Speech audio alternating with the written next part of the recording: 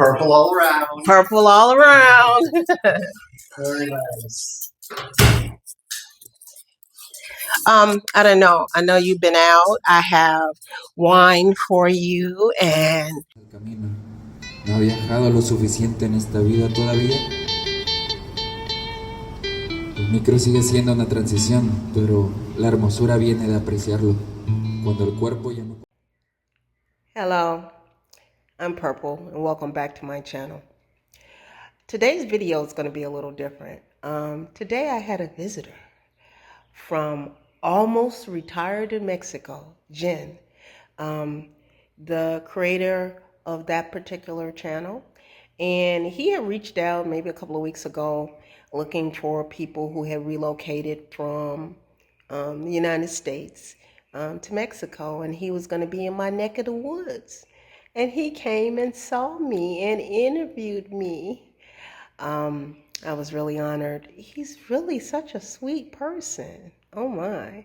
I had been watching him for quite some time in my plan to come to Mexico. He was one of the content creators that I watched, and it was almost like having a celebrity in my house. Thank you. So this is just pieces of the interview that we had. I took him on a tour of my house and in the area that I lived in, and I just thought I'd share that with you. Yeah, it's interesting. My pool guy is kind of like one of the helper people around town. And there was a police officer who claimed that there were some gringos. They pulled him over and said they weren't wearing seatbelts. And he called and he's like, "Come on, they're gringos. You can't claim they weren't wearing seatbelts because all the gringos wear seatbelts, right? The Mexicans don't wear seatbelts. The gringos do. So, yeah, because we're used to it. Yeah, exactly. It's just we've grown up with it, and right. That's one of the things I was telling you about the '60s. Remember when I was talking about the '60s? I'll elaborate that for you, but yeah, you know, it was a little freer time, even though some things were more restrictive. But and plus, that was my childhood, so I was, you know. Yep. Okay. Cool. So, all right.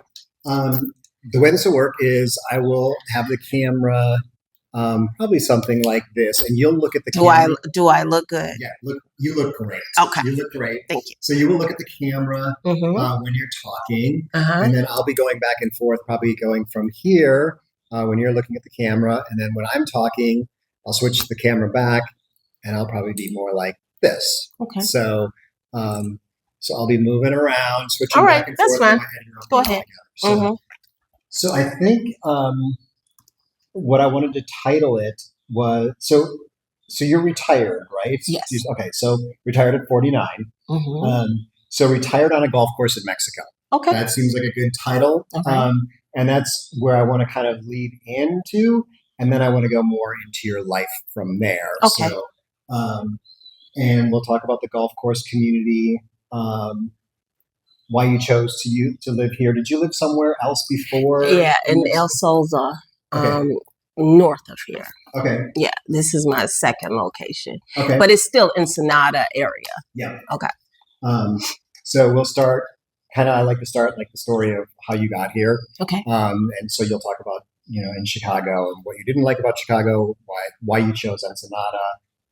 We'll go through some of the costs, I think. So what you're renting this place for, what it would cost in Chicago, if kind of comparison wise, who your neighbors are. We'll do a little tour of your house, and you'll just do that tour sitting here. Okay. But you'll say, when you walk in the front door, you see this, and then you see off to the right is Oreo's room. Okay. And then I'll piece in those pieces that I got earlier. Okay.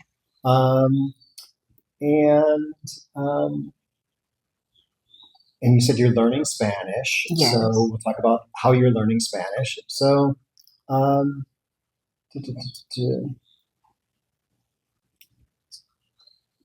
next thing, I have written down here El Salsa. El Salsa, that's where I lived before. Okay. Okay. Wait a minute, let me adjust this real quick. Okay. I want to make sure I got both of us. Okay. All right. Cool. You don't have So to get up. we're going to start with just a very simple one sentence statement, which is that you can say, I'm Purple and I am retired here on a golf course in Ensenada, Mexico. Just something that simple. So let me switch the camera over and look at the three circles and just give me that quick statement. Actually, I'm going to switch this up a little bit. So you don't do your editing yourself?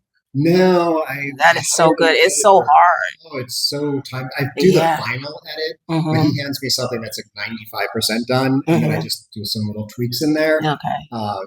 Add things where I was like, oh, I was imagining this. But yeah, it's pretty nice to have. Yes, so, it is. Okay. Hey, Jen Max, you just met Purple, and we're going to tell you her story of how she ended up here in Ensenada, Mexico.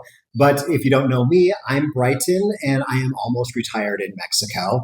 And I help folks like you live out your dream of living in Mexico. So we're going to hear from Purple and kind of get her inspirational story, talk about how she made it happen, how much things cost. We'll get a tour of her house here, whether she speaks Spanish. All that good stuff will be in this interview. But we're going to start where I like to start, which is the beginning of her story. How did she end up here in Mexico? So right before she moved here, what was going on in her life? Okay. So this is, you can say I was living in Chicago and go for it. I was living in Chicago, and Chicago gets really cold in the winter. And I think in 2022, I said, that's my last winter. I'm not being cold again. And so I tried to figure out where I was going to go. Mexico was a consideration. It was on a short list. And I ended up here because I had two dogs that were elderly that wouldn't fit going in the belly of a plane. So here I am. Okay. Is this is one of them. Yeah, the other one is gone. Okay. Yeah. How I retired at 49. Well, let me give you a little backstory. I don't marry too well, but I divorce really good. And so my last divorce, I was 49 years old and I didn't have to work anymore. So I've always worked for the government in a management capacity.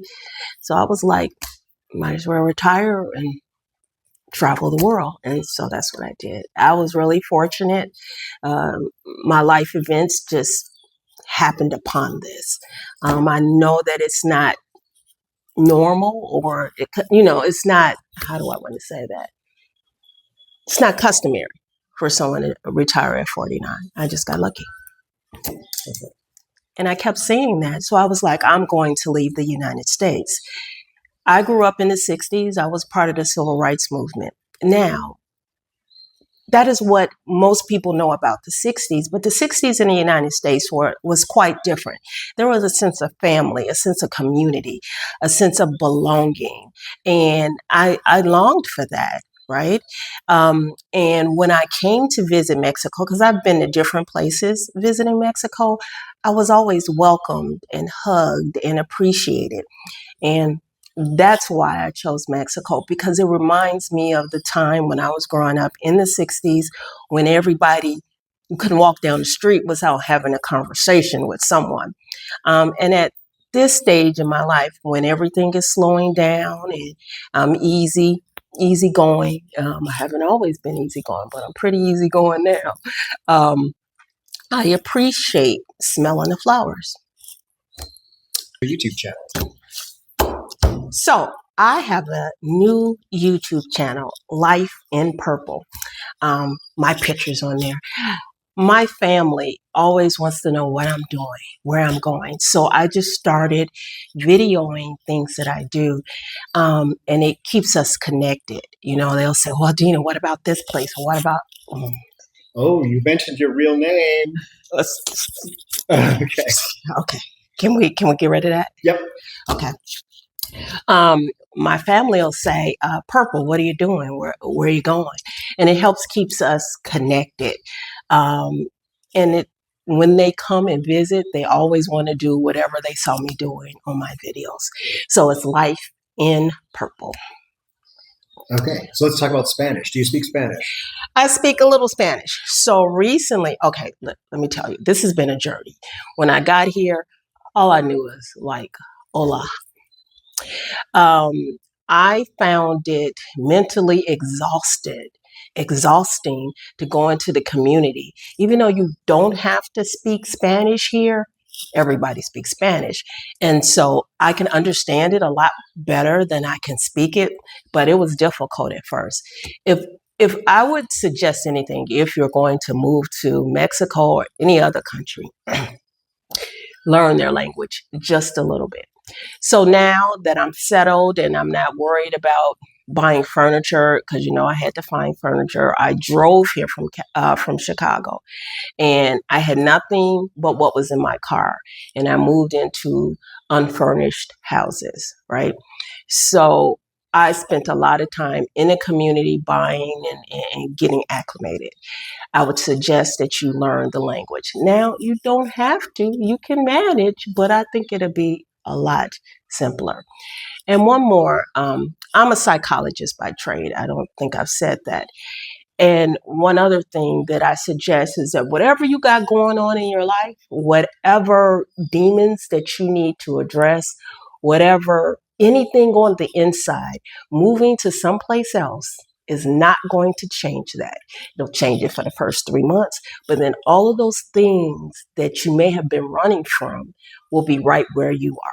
All right. So work on yourself to make yourself a complete person and be happy with yourself that you're happy wherever you are. Perfect. Okay, awesome. Let me.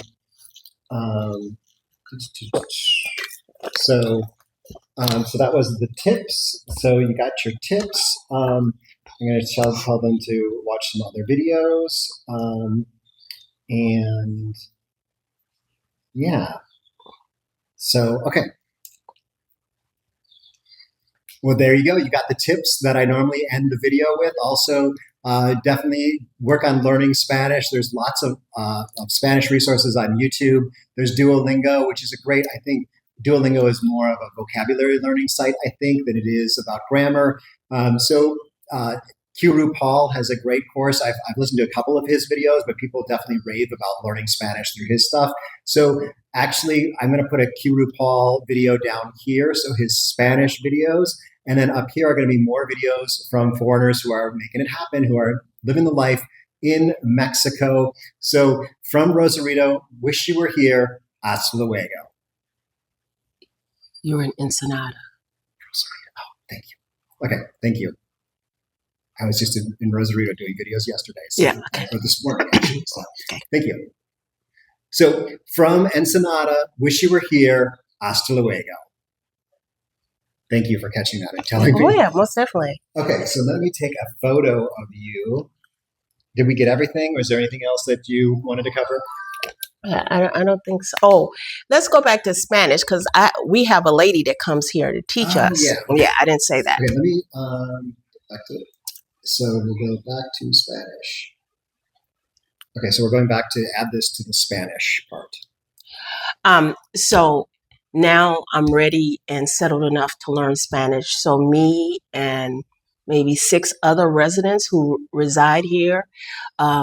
There's a teacher that comes once a week. We spend 2 hours learning Spanish. We go out into the community and practice our Spanish, and we can butcher it, but we're trying. And what I find is that natives in any country, if they see you trying, they're going to help you. All right.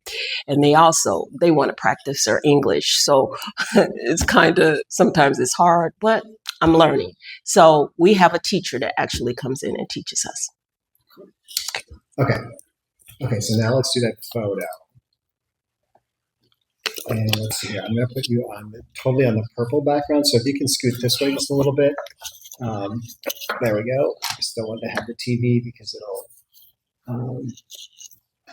I'm going to stand back and compress this a little bit.